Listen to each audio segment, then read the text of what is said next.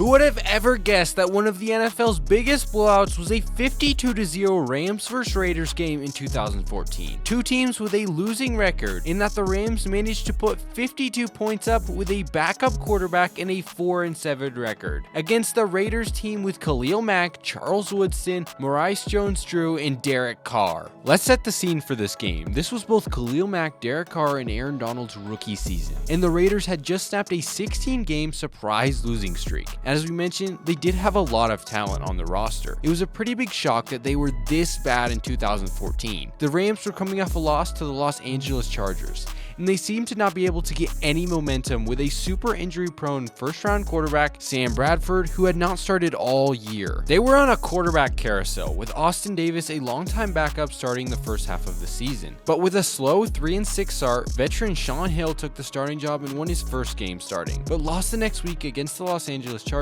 the week before this game. And one thing we have to remember is, although the Rams were 4-7, this team went to the Super Bowl 4 years after this, with just a few key position changes like coach, quarterback, and running back. So this was a team that had All-Pro Robert Quinn and soon-to-be Defensive Player of the Year rookie Aaron Donald on the defense, and this game is really showing what was to come. Just add Todd Gurley the next year and a decent quarterback in 2016 and a genius coach, and bam, a Super Bowl caliber team. Okay, back to the 52-0 blowout. The kickoff was at 1 p.m. November 30th with 55,000 fans in attendance. The 4-7 Rams versus the 1-10 Raiders. The Raiders received the first kickoff, but the drive ended without a single yard with 3 incompletions and a no-gain run. The Rams got the ball to start for the first time, and in 4 plays had a touchdown, with a screen pass that went to the house on a 35-yard catch and run by Trey Mason. The Raiders, still unable to get a first down, went 3 and out, and Shaun Hill completed 4 passes, including a 34 pass to Stedman Bailey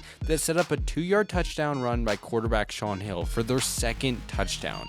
And who would have guessed that the Raiders would go 3 and out again?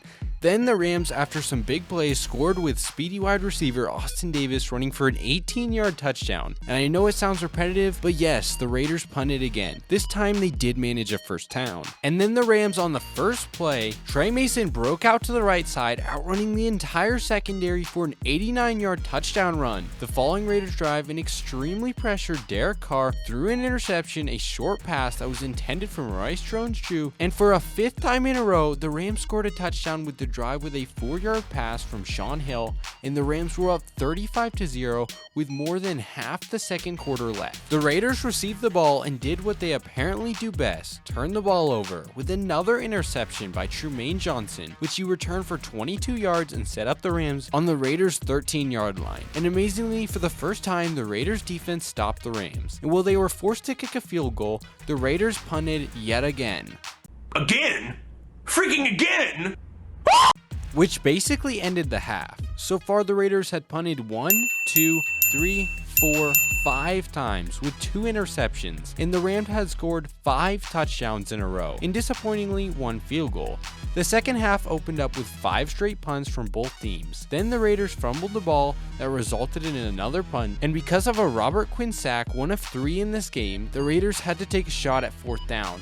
But following the luck of the rest of their game, they failed on 4th down. The Rams took over and scored their 6th touchdown with another Trey Mason run. The next drive, the Raiders put in Matt Schwab at quarterback, hoping he could have better luck, but instead Robert Quinn sacked him on 3rd down. Schwab fumbled and was covered by Quinn. The Rams, relaxing on offense after scoring 45 points, punted again. Matt Schwab, under a ton of pressure after an Aaron Donald sack, threw a pick 6 to Trumaine Johnson after an extra point. The Raiders were now up 52-0. That was the end of the 10th biggest blowout in NFL history. The Rams routed the Redskins next week 24-0, but lost the final 3 games, finishing the season 6-10, setting them up to draft Todd Gurley 10th overall. The Raiders finished the season 3-13.